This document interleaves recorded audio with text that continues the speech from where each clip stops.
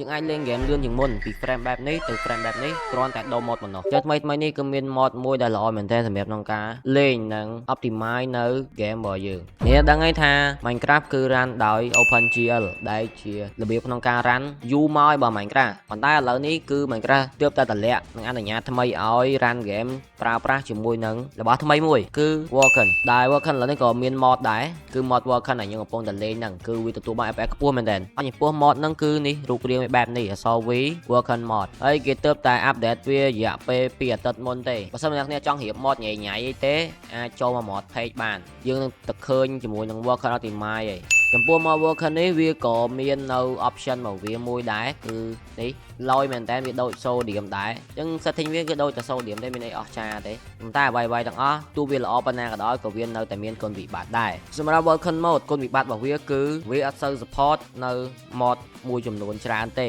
ដូចជា shader ក៏យើងអាចប្រើប្រាស់នៅក្នុង mod អីបានដែរដោយសារតែ Erich mod គឺអត់ដើរទេអញ្ចឹង shader ក៏អត់ដើរដែរ mini map ក៏អត់ដំណើរការជាមួយនឹង Vulkan ដែរសូម្បីតែ replay mod flashback ក៏វា crash ដែរអញ្ចឹងពិបាកមែនតើ Vulkan mod នេះគឺអត់សូវលេង mod បានច្រើនទេប៉ុន្តែក៏ថាមិនបានដែរដោយសារតែឥឡូវនេះខ្ញុំលេង mod Manga Plus នេះដែលវា support ឃើញអត់